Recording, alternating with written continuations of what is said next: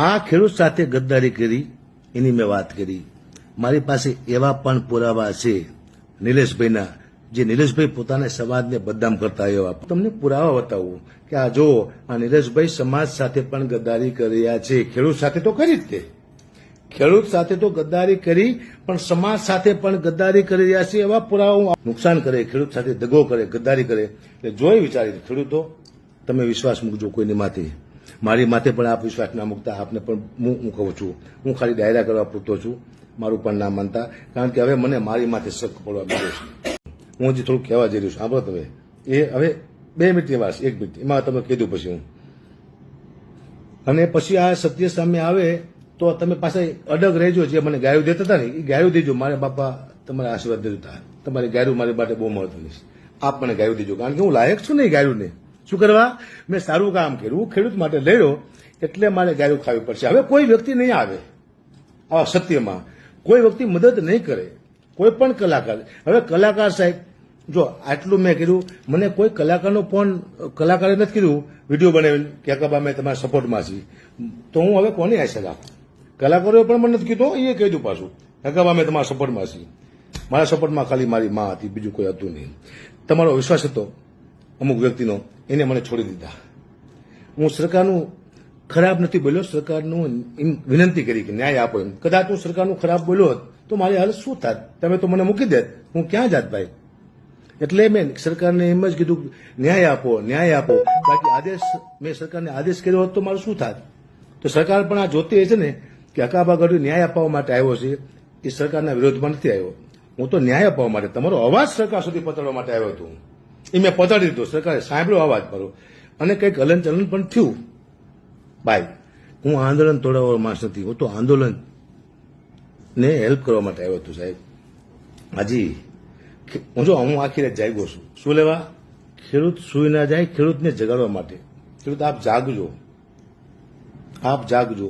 હવે પછી કોને નેતા બનાવો એ તમારા હાથમાં છે. એવો કોઈ વ્યક્તિ ન આવી જાય જે આખું ખેડૂતનું નુકસાન કરે, ખેડૂત સાથે દગો કરે, ગદ્દારી કરે, એટલે જોઈ વિચારી ખેડૂતો તમે વિશ્વાસ મૂકજો કોઈની માથે. મારી માથે પણ આપ વિશ્વાસ ના મૂકતા. આપને પણ હું કહું છું, હું ખાલી ડાયરા કરવા પૂરતો છું, મારું પણ ના માનતા, કારણ કે હવે મને મારી માથે શક પડવા માંડ્યો છે. મારે પુરાવા આપવા પડે, પુરાવા આપવા પડે, સત્યના પુરાવા હોય, સત્યના પુરાવા આપવા પડે ખરા. આજ મને ખબર પડી છે ક્યાં ખોટો છું હું, ક્યાંય ખોટો નથી સાહેબ હું. હા હવે તમને કહું, આ ખેડૂત સાથે ગદ્દારી કરી એની મેં વાત કરી.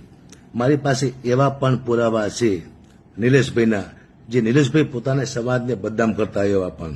એ પુરાવા મારે કોઈને આપવા નથી મીડિયામાં, મારે કોઈને કહેવા નથી, પણ સમાજમાં ડાયા માણસો હોય, સત્ય માણસો હોય તો મારી પાસે આવો, હું તમને પુરાવા બતાવું. સામાજિક માથાકૂટ થઈ જાય એવા પુરાવા છે સામાજિક, એ મારે થવા દેવું નથી. કારણ કે આવા વ્યક્તિ આવું બોલતા હોય પોતાના સમાજ વિશે તો યોગ્ય લાગતું નથી મને. બહુ સારો સમાજ છે નિલેશભાઈનો, હું પરિચિત છું, બધા મિત્રો છે મારા ઘણા બધા, એમાં સાથે બેસું છું. પણ એક વ્યક્તિ આવા સમાજને બદનામ કરતો હોય તો મારે સમાજને કહેવું પડે કે આપ મને મળો. સારા 5-10 માણસો મારા ઘરે, પોલીસ પણ નથી, હું ના પાડીશ, 15 જણા મારા ઘરે આવો, હું તમને પુરાવા બતાવું કે આ જો આ નિલેશભાઈ સમાજ સાથે પણ ગદ્દારી કરી રહ્યા છે. ખેડૂત સાથે તો કરી જ તે, ખેડૂત સાથે તો ગદ્દારી કરી, પણ સમાજ સાથે પણ ગદ્દારી કરી રહ્યા છે એવા પુરાવા હું આપવા તૈયાર છું. આપ 15-20 જણા આવો અને તમને એમ લાગે કે આ પુરાવા ખોટા છે, કે આ બરોબર છે નહીં, તો આપ ત્યાં ને ત્યાં મને મારી શકો છો, મારા પરિવારને પણ મારી નાખજો. હું ખોટો હોય તો પણ એકવાર આપ સૌ મારા ઘર સુધી આવો. નિલેશભાઈ તમે તમારી જગ્યાએ છો, હું મારી જગ્યાએ છું. હું તમારો ખરાબ ઈચ્છવા નથી આવ્યો, પણ તમે મને બદનામ કરવા માંગો છો, એટલા માટે મારે અવારનવાર આવવું પડે છે. અને કદાચ નિલેશભાઈ પણ એમ કહી દે અત્યારે કે હકાબા તમે સાચા છો ને હું ખોટો છું, તો મારે પછી કોઈ પુરાવા નથી આપવા. આ પુરાવા ક્યાંય મારા અંદર દફન થઈ જાય છે. પણ હું થોડોક ટાઈમ બહાર જોઈ રહ્યો છું આપની, કે આપ મારી પાસે આવો નિલેશભાઈના સમાજમાંથી, કારણ કે મને તમે જ સત્ય સાબિત કરી શકશો. નિલેશભાઈ તો મને બદનામ કરી નાખ્યો છે, તમે જ કહી શકશો કે સત્ય છે. આટલું જ મારે સાંભળવું છે કે નિલેશભાઈ ખોટા છે, અને અગાપા સત્યસિંહ, આટલું તમે મને આવીને કહી દો પુરાવા જોઈને, તો હું રાજી થઈશ. વાઇટ જોઉં છું હું તમારી. પછી 2-3 દિવસ પછી કદાચ મને એવું લાગશે કે કોઈ અમે ધ્યાન ન આપ્યું, તો હું ખુલ્લે આમ પુરાવા બહાર પાડી દઈશ. તો આમાં ઘણી બધી બદનામી થાય એવું છે સામાજિક. એટલે આપ સૌ જાણતા હશો હું શું કહેવા માંગુ છું. એટલે આપને વિનંતી, આપ પધારો મારી પાસે. સમિતિને પણ કહું છું એકવાર મારી મુલાકાત લો, હું તમને બતાવું. સમાજને નુકસાનકારક, ખેડૂતને નહીં, હવે પુરાવા છે સમાજને નુકસાનકારક છે. એકવાર તમારે મારી પાસે આવવું જોઈએ. હું ખોટો પડું એને મને પતાવી દીધું, તમે મારા ઘરે જ પતાવી દેજો એમ. કારણ કે મેં જે કામ કર્યું છે ને સત્યનું, અને પછી મારે પુરાવા તો સત્યને આપવા પડે, ખોટા માણસોને પુરાવા ન આપવા પડે. હું સત્ય છું એટલે પુરાવા આપવા માટે આવ્યો છું.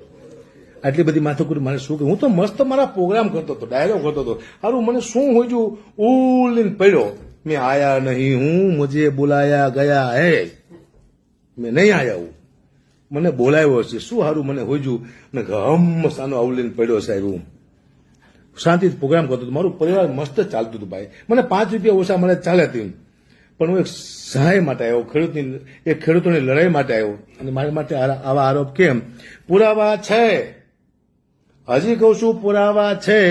બહુ મોડું કરતા નહીં, મારી પાસે આવજો. મારે તમારી પાસે એટલું જ સાંભળવું છે.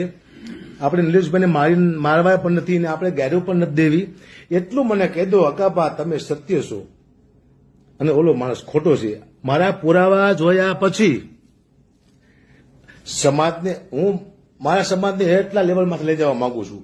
તો નિલેશભાઈને પણ ખબર પડવી જોઈએ કે આપણા સમાજને ઊંચા લેવલમાંથી લઈ જવાય, સમાજને નીચો ન પડે. આ નીચો પાડવાના પુરાવા છે મારી પાસે.